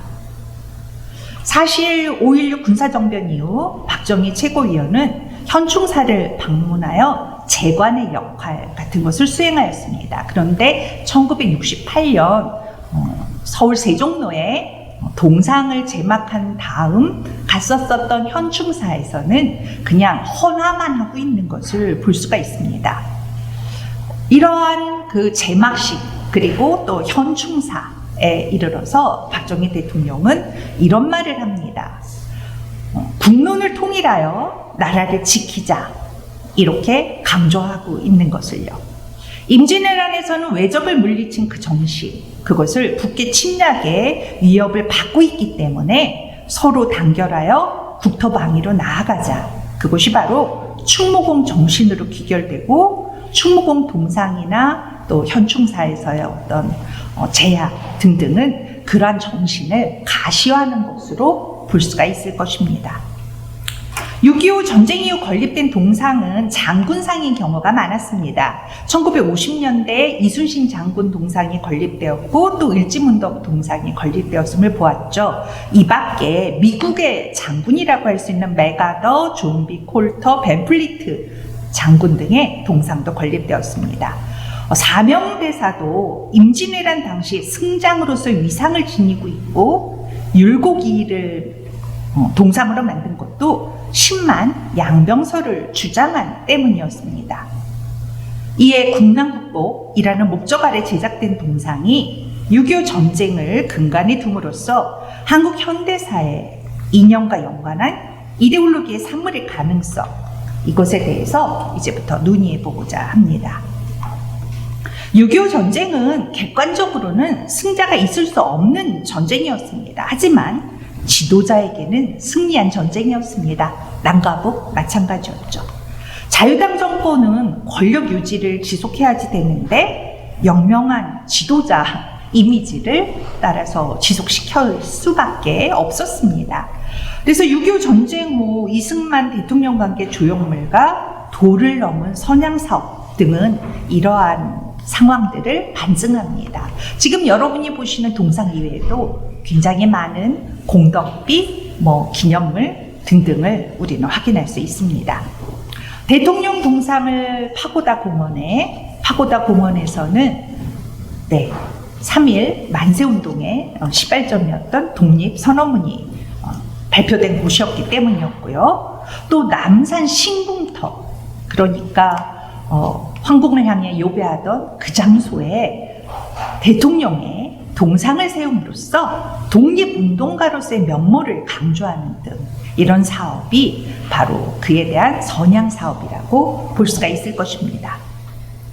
그리고 1955년에 이승만 대통령의 호를 따서 부산의 용두산 공원을 운암공원으로 명명하게 됩니다. 그런데 이 행사에 전쟁 기간 동안에 좌측에 보시는 사진이 바로 전쟁 기간 동안에 김경승이 이미 이순신 장군 동상을 제작하고 있었는데 예산 부족으로 그만 하체를 다 만들지 못하고 두고 왔다고 합니다. 그런데 이 동상이 지역 작가들의 손에 의해서 완성되어서 건립식을 가졌는데 그게 바로 이렇게 이순신 장군을 국토 수호의 영웅성 이것에 기대서 대통령 운암의 호를 일단 운암공원의 개막식 이런 거에 슬쩍 함께 행사가 진행이 되었던 것을 볼 수가 있습니다. 즉 영예로운 역사로 전유하는 그런 목적을 우리는 확인할 수 있는 것이죠. 1950년대에는 전쟁을 기억하는, 그래서 평화를 상징하는 기념물인 충원탑, 충원비, 동상 등등이 건립되었습니다. 저는 오늘 동상에 집중하기 때문에 전쟁 기념물에 대한 이미지는 이곳에서 소개드리지 않습니다만 기존에 제가 연구 과정 속에서 확인할 수 있었죠. 또 민형환이나 안중근 같은 전쟁 전부터 건립을 추진해오던 애국선열의 동상도 이때 50년대에 세워졌습니다. 또 맥아더, 벤 플리트, 존 B. 콜터 장군 등 외국인의 그런 동상들도 바로 이 시기라고 볼 수 있습니다. 그런데 1957년 들어서 아주 긴박하게 맥아더 장군 동상 건립이 진행이 됩니다. 그것은 그의 77회 생일이기도 했지만 갑작스레 그의 대통령 출마설이 또 나돌기도 했던 때입니다. 게다가 국내적으로 보았을 때는 4.4.5입 개헌으로 어렵사리 3대 대통령 선거가 실시된 지 얼마 되지 않은 시점이었고요. 또 1956년 9월 28일에는 장면 부통령 저격 사건도 있었습니다. 그러니까 국내 정치 기반이 굉장히 흔들리고 있었던 때였던 것입니다. 바로 이때 갑작스레 대통령의 지시에 의해서 메가더 장군 동상 건립이 진행이 되었던 것입니다. 그래서 사실 이때 조각가 김경승은 안중근 의사의 동상을 만들고 있었습니다. 그런데 그에게 메가더 장군 동상을 제작하라고 하니까 그 안중근 의사 동상을 만들던 일을 치우고 메가더 장군 동상을 만들기 시작했습니다. 3개월 안에 아주 빠듯한 시간 동안 그것을 완성해야지 됐기 때문에 굉장히 고생했다는 그런 후일담을 작가는 기록으로 남기고 있습니다. 이런 동상을 왜 제작했을까요? 그것은 어쩌면 이 대통령의 미국과의 친교력을 상징하는 가시물이자 한국 통일의 새로운 기억의 자료로 삼았기 때문일 것입니다. 한국 통일의 새로운 기억이라고 하는 것은 그 메가더 동상에 대한 문건의 기록입니다. 또 6.25 전쟁을 수행했던 메가더 장군을 통해서 북진 통일을 외치던 당시의 기억, 그것을 현재하는 것이다 라고 생각해 볼 수도 있을 것입니다. 메가더 장군 동상이 미국과의 친선, 특히 반공의 상징물로 작동했던 것은 4.19 혁명 당시 반공회관은 불태워졌지만 그 앞에 있었던 동상이 보존된 것을 통해서도 확인할 수 있습니다. 공산 침략의 격퇴장 메가더 장군이라는 그런 문건을 우리는 볼 수가 있습니다. 그리고 시민들이 바친 꽃다발에 둘러싸인 사진들도 확인할 수 있습니다. 왜 이런 일이 벌어졌을까요? 당시 주미 대사였었던 양 대사가 미국에 말하기를 5.16 혁명은 반독재가 아니라 반미 행위다라고 꾸준히 그것을 주장하였고, 그것을 들은 국민들이 4.19는 반미가 아니라 바로 반공을 지속하고 단지 독재에 대한 것을 지향하는 것일 뿐이다 라는 것의 하나의 상징으로 그렇게 메가더 장군상을 보호하고 오히려 헌화하고 있었던 것을 우리는 확인할 수 있는 것입니다.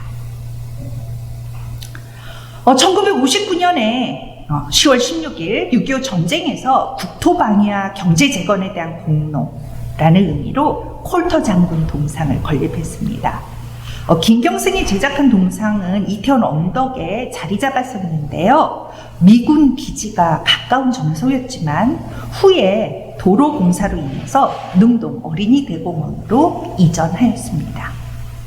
이어 1960년 3월 25일에 벤플리트 장군이 내한했습니다. 6.25 전쟁에서 외아들을 잃었는데 그는 수색을 더 이상 하지 말라. 그리하여 만약 더 많은 사상자가 나올 수 있기 때문에 나의 아들을 포기한다 라는 것으로 당시 굉장히 한국민들의 마음을 울렸었던 그런 장군이었죠.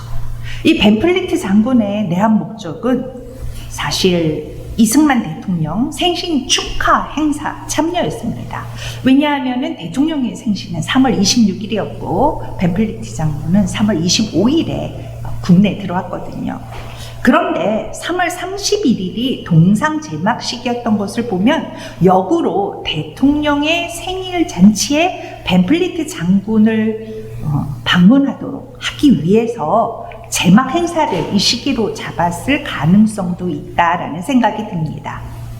4.19 혁명 직전에 개막된 이 미국 장군의 동상은 한국인들에게 이승만 대통령의 절친한 친구가 바로 국군의 아버지임을 확인시켜는 그런 기제였을 것입니다. 북진 통일을 이룩하지 못한 채 휴전이 되고 부정선거를 해야만 할 정도로 정권의 위기 상황을 느낄 때 국무회의에서 미군의 장군들 동상 건립을 기획한 것은 당연한 일로도 보입니다. 6.25 전쟁을 회고하여 대통령의 업적을 곱씹게 하는 것은 매우 효과적인 정치일 것이기 때문입니다. 국민에게 각인된 미군 장성들을 현재 시점으로 불러오고 우방인 미국과의 중간에 대통령이 있음을 입증하는 일은 동상 제막식을 통해서 거행이 되었고 그 지표로서 이들 동상은 사람이 많이 다니는 곳에 건립되기도 하였습니다. 이를테면 메가더 장군 동상은 왼쪽에 만국공원에 설립되었습니다. 하지만 오른쪽에 세종로에도 두어서 방공회관 앞에 있는 동상의 모습을 보실 수 있습니다. 얼마 전에 있었던 전쟁을 기억하게 하고 미국의 힘을 인지시키게 하였던 것입니다. 물론 그것은 이승만 대통령의 힘을 보여주는 그런 장치라고 해석해 볼 수도 있겠습니다.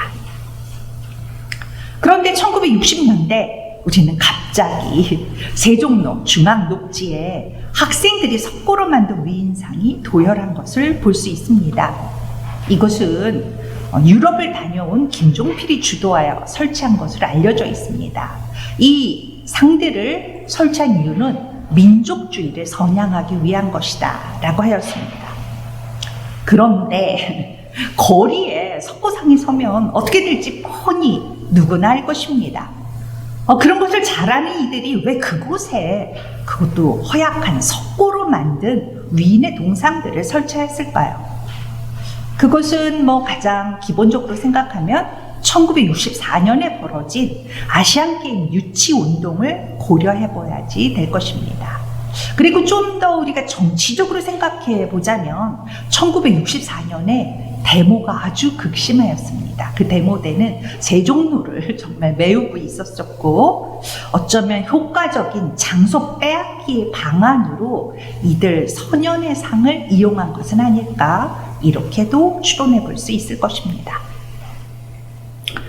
서울시 환경조성을 민족과 전통에 두고 재빨리 이렇게 위인상들을 설치한 것이었고 흉물이라고 지적이 되자 금방 동상으로 교체하는 수순으로 나아가는 것을 볼 수가 있습니다. 물론 정재계의 참여가 필요했었겠죠. 특히 재계의 힘이 많이 필요했을 것입니다. 동상 건립을 실현하기 위해서 1966년에 우리 역사상 불멸의 공적을 남긴 위인 및 열사들의 조상을 건립함으로써 그 정신을 길이 선양케 하여 민족의 기감으로 삼고자 함이라고 하는 사업 목적으로 애국선열 조상위원회가 조직되었습니다. 국민 정서를 통합하고 서울시의 문화적 환경 조성 그것을 목적으로 밝혔습니다. 하지만 안타깝게도 서울시에서 그 아시안 게임을 치를 수는 없었죠. 왜냐하면 인프라가 너무 부족하고 자금도 없었기 때문입니다. 그래서 분담금을 지불하면서까지 1968년 1월에는 아시안 게임을 반환하였습니다. 그런데 바로 그해에 광화문 정비하고 동상들을 설립하고 하는 등등의 과정이 진행이 되고 있는 것은 국내 정치적인 것과 어떤 문화 환경적인 것 그리고 해외에서의 한국의 위상 등등이 매우 복잡하게 얽혀 있는 그런 장소 만들기 내용이라고 생각을 합니다. 이들 애국선열 조상위원회 건립위원은 처음에는 17명으로 시작이 되었고요. 나중에 좀 수가 변화하고 드나듦은 있었지만 동상 건립 과정을 선정하고 그것을 전체 총괄하는 그런 인적 구성을 유지하고 있는 것을 볼 수 있습니다. 그런데 건립할 위인상을 누구로 선정하느냐 하는 것에 대해서 1차로 국내의 문화계 인사들에게 그 문화계 인사 128명에게 설문조사를 했다라고 합니다. 그리고 답변은 78통을 받았죠. 이때 설문조사는 다 우편으로 이루어졌을 겁니다. 그리고 그 답변한 것에 통계를 냈었을 때 이순신, 세종대왕, 을지문덕, 사명대사, 김유신, 강감찬, 개백, 광개토대왕, 김춘추, 윤관이 이렇게 차례로 선정이 된 것을 볼 수가 있습니다. 그리고 이에 따라서 차례로 동상을 만들겠다라고도 하였죠. 하지만 자세히 살펴보면 어떻게 설문조사도 이런 사람들을 대상으로 했을까 하는 생각이 듭니다. 세종대왕이나 광개토대왕 또 김춘추 정도를 제하고는 모두 전쟁을 수행한 장군들이다라는 점을 볼 수가 있습니다. 하지만 또 세세히 살펴보면 이들 제왕들도 모두 국토를 넓히거나 또는 사군 육진을 설치하는 것과 같은 외적을 막은 공이 있는 이들을 볼 수가 있습니다. 이러한 군대, 와 연관된 인물이 선정된 이유는 휴전이 된 지 얼마 되지 않아서 그래서 때문이기도 하고 또 설문행한 이들의 역사인식 때문이기도 하고 또 일제강점기부터 강화해온 국난 극복의 의지를 동상 건립에 투사하면서 당시의 상황을 보여주는 일반의 견해일 수도 있다. 이렇게 볼 수 있겠습니다. 하지만 동상의 기마상 등이 부각되면서 군 우위를 상징하는 게 아닌가 하고 생각될 정도로 사실 동상의 인물 선정에 대한 견해가 다른 부분도 있었음을 우리는 알 수 있습니다. 서울 시내 환경 미화라는 목적이 있었음에도 건립되는 동상은 전쟁을 환기시키는 존재들이 대다수였던 것을 볼 수가 있습니다. 네, 애국선열 조상위원회에서 건립한 동상은 이런 것들입니다. 네, 충무공에 이어서 한글 창제 세종대왕 임진왜란 때 승장이었던 사명대사 동상이 있고요. 그러니까 승려로서가 아니라 승장으로서 모셔진 것이죠.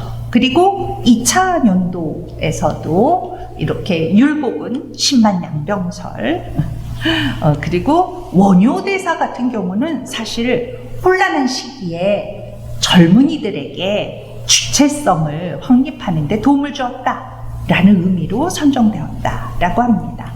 외적을 막아낸 장군은 물론 드리고요. 그리고 이어서 3차년도에는 유관순, 신사임당, 정몽주, 적연용, 이태계 동상 등이 제막이 되었는데 유관순 동상은 이렇게 남대문 앞에서 제막이 되었지만 바로 다음에 장충당 공원으로 이전합니다.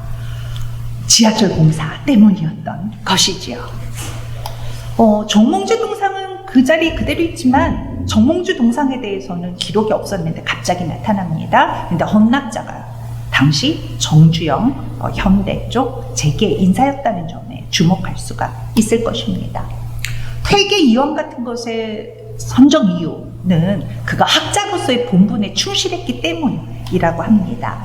그리고 마지막 해인 1972년도에 강감찬, 김대건, 윤봉길 순으로 동상이 제막되고 그리고 이들은 성대한 제막식과 함께 대중들에게 각종 매체를 통해 알려졌습니다. 그런데 김대건 동상도 갑자기 나타납니다. 여기에 대해서는 승려 동상은 있는데 왜 기독교 쪽 동상이 없냐라고 하는 천주교 쪽의 항의에 의해서 만든 것이다 라고 하니까 결국 애국선열 조상위원회에 많은 것들이 흐지부지 되어가는 과정을 우리가 또 볼 수도 있겠죠. 그리고 윤봉길 의사 동상을 마지막으로 애국선열 조상위원회의 동상 설치는 마무리되었습니다. 우리는 그 충무공 동상을 제막할 때 그때의 말해지는 의의 이런 것을 통해서 당시의 국토통일 방위라고 하는 단어를 추출해낼 수 있습니다. 혼란한 시대에 뛰어들어서 청년들에게 주체의식을 주었었던 원효처럼 많은 동상들이 당시 시대상과 연관되어서 선정이 되는 것을 볼 수가 있습니다. 사실 또한 나중에 을지문덕 장군도 영웅인 동시에 국민의 지도자로 소개되고 있는 것도 주목할 점입니다. 호국, 국보과 같은 국가의 사건으로서 자리매김된 6.25 전쟁, 그것은 개인의 경험을 억압합니다. 개인의 경험이 거세된 6.25 전쟁을 기념하고 기록하는 방식은 지도자를 중심으로 한 국가 차원의 국난, 극복의 의미를 띱니다. 전쟁 기념물 이외에 전후 생산된 이승만 대통령을 기념하는 조형물, 그것은 승리한 전쟁을 이끈 지도자의 의미를 부각시키는 것이죠. 또 각종 동상, 특히 60년대 말에서 70년대 초에 생성된 그런 국가 설립 주도의 동상은 잊혀져가는 전쟁을 환기시켜서 국난 극복을 급박한 현실 문제로 부각시키는 작동의 기제였습니다.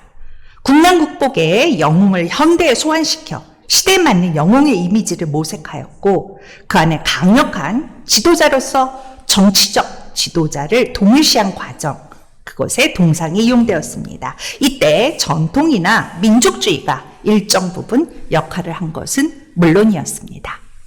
이상 제 발표를 마치겠습니다. 감사합니다.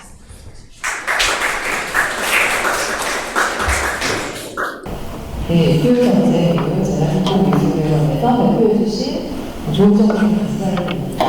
네, 조은정 교수님의 발표에 대해서 양은희 한국예술종합학교 교수님께서 토론을 해주시도록 하겠습니다. 양은희 교수님은 뉴욕 시립대학교에서 현대미술 박사학위를 받으셨고요.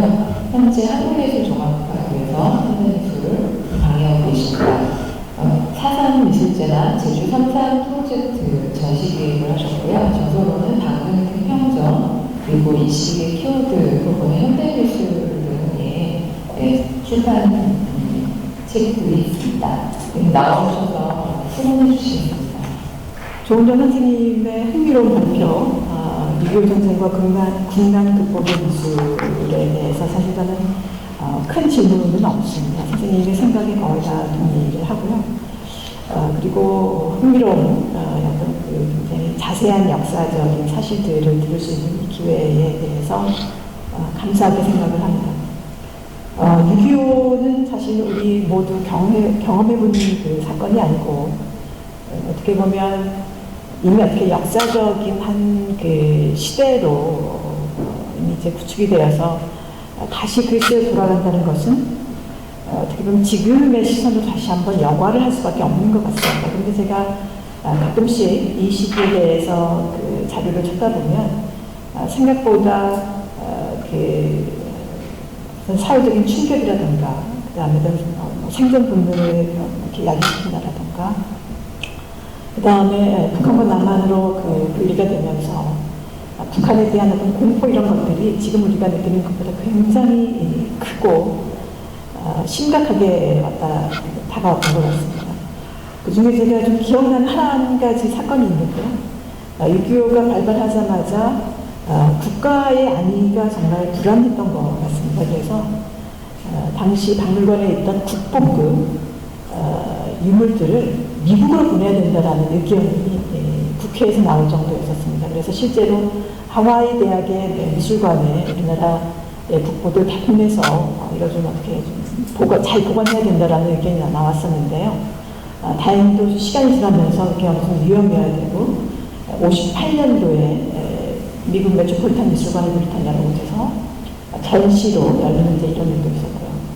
어쨌든 이제 그런 여러 가지를 들으면서 오늘 선생님의 발표에 대해서 저는 좀 맥락을 좀 확장하는 그런 저의 의견을 좀 드리고 싶습니다. 먼저 선생님의 발표를 통해서 한반도의 역사 그리고 미술의 역사에 대해서 다시 생각하게 됩니다. 오늘날 우리가 누리는 이 문명 뒤에 가려진 전쟁의 역사 그리고 민족의 생존과 정권 유지를 위해 기념물을 활용했던 슬픈 미술의 사회사를 보게 됩니다. 한쪽에서는 미술이 개인의 자유로운 표현이라는 사고가 정착되고 있던 시대, 우리가 다 잘 알고 있듯이 추상미술, 앵코르멀 미술이 전부 다 이 시기에 정주가 됐었죠. 그런 시대에도 다른 쪽에서는 이념의 도구로서 사용되고 있던 현실을 다시금 확인하게 됩니다. 6.25는 서울을 비롯한 많은 곳을 폐허로 만들었을 뿐 아니라 냉전 시대에 접어들면서 이미 여기저기서 벌어지던 이념 갈등에 극대화된 장이었습니다.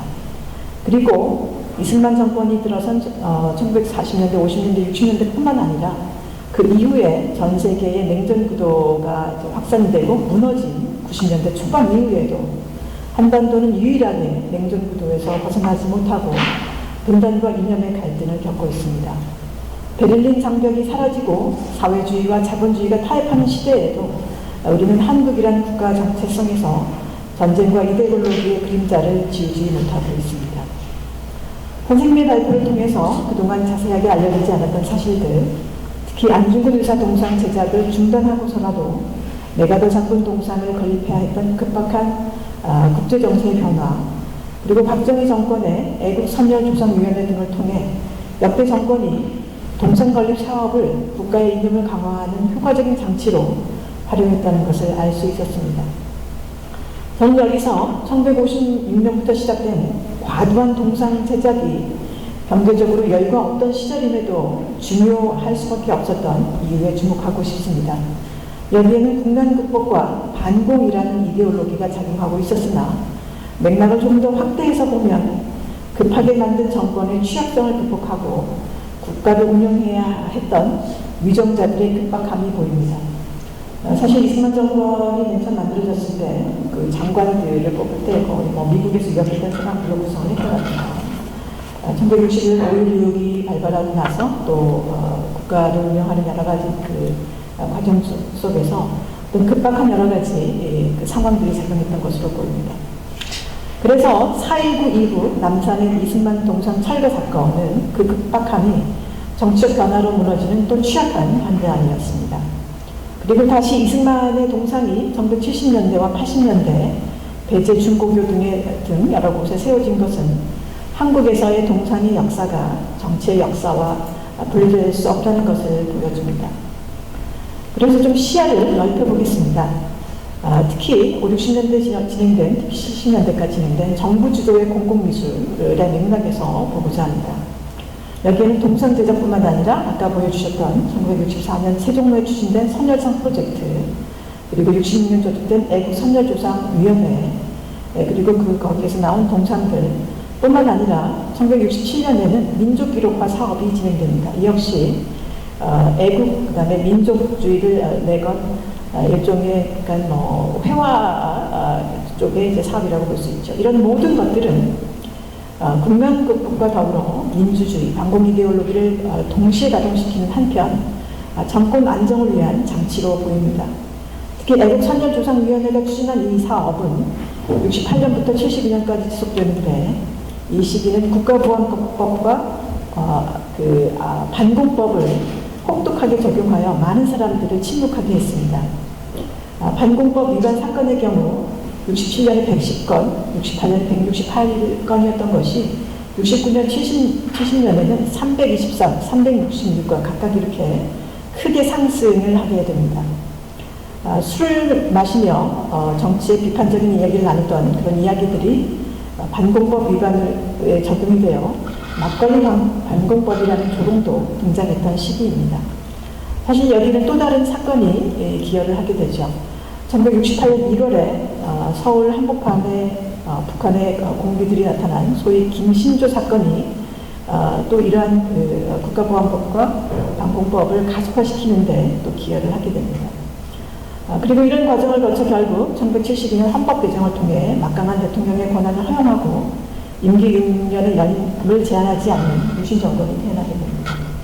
어쨌든 이런 과정을 통해서 오늘의 주제가 재난극복과 미술사이나 선생님의 발표를 통해 보는 것은 예술이 재난을 통해 권력자의 도구로 사용되던 취약한 한국의 역사입니다.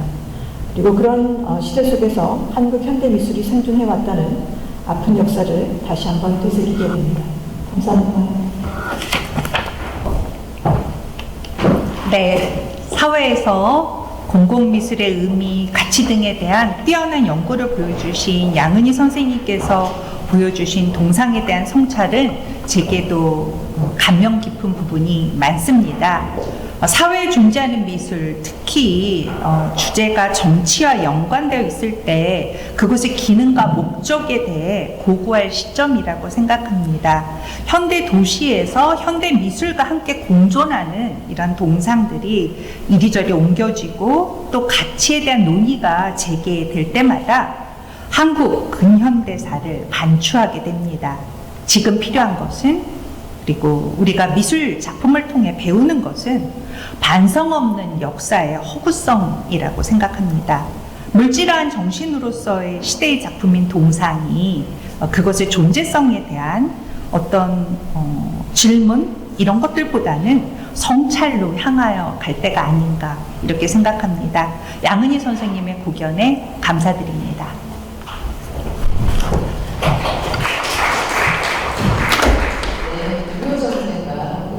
국난 극복의 미술이라는 주제로 발표해 주신 조은정 교수님, 토론해 주신 양은희 교수님 감사드립니다.